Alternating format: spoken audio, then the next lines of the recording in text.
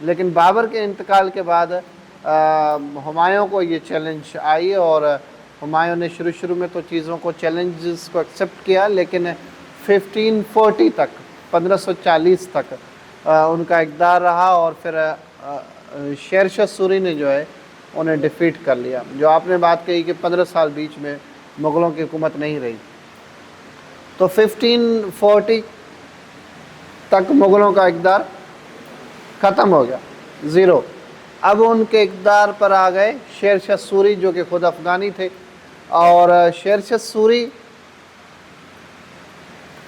جیسے میں نے بتایا کہ کیپیبل پرسن تھے، تو انہوں نے آتے ہی ہندوستان میں سڑکیں، روڈ یہ بنوانا شروع کر دیا، کرنسی انہوں نے انٹروڈیوس کرائی، اور اس کے علاوہ یہ جو جی ٹی روڈ ہے، گرانڈ ٹرنک روڈ، یہ جو امپیریل روڈ کہلاتا ہے، from Bengal to, from Calcutta Bengal to Peshawar, یہ روڈ جو ہے وہ شیر شاہ سوری نے اس وقت بنایا تھرو دا میپ۔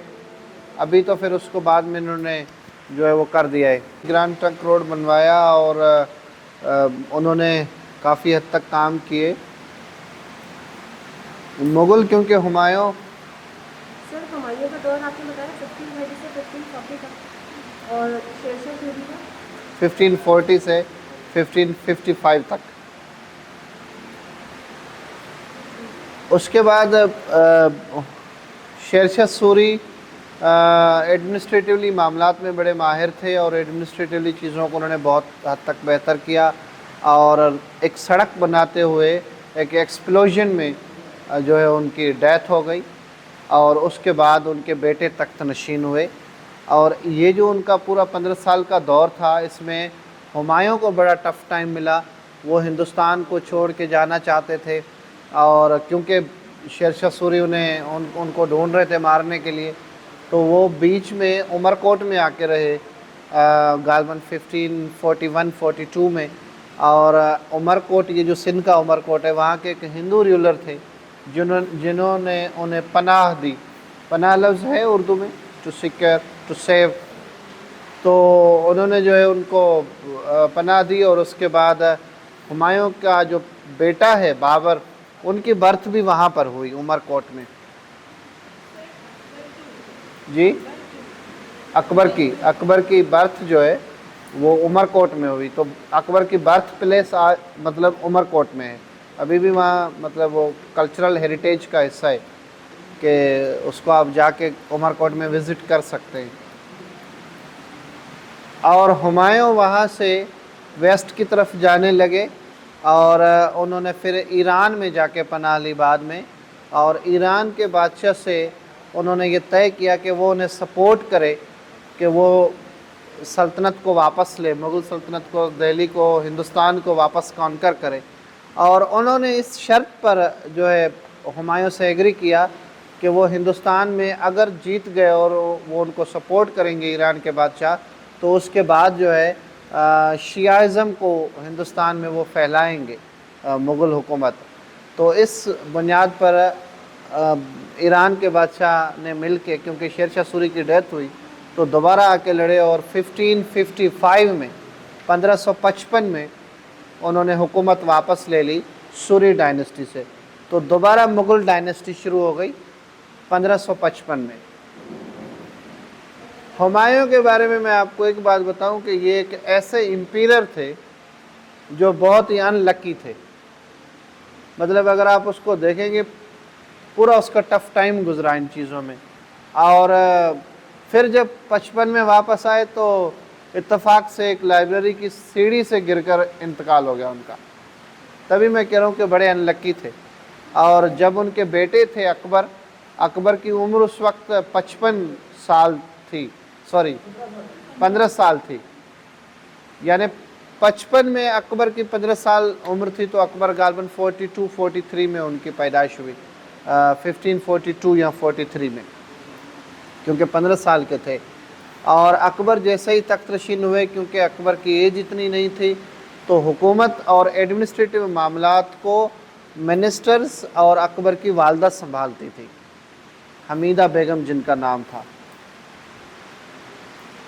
یہ جو میں آپ کو اس طرح بتا رہا ہوں، حمیدہ بیگم اور عمر کوٹ اور یہ سب قصے،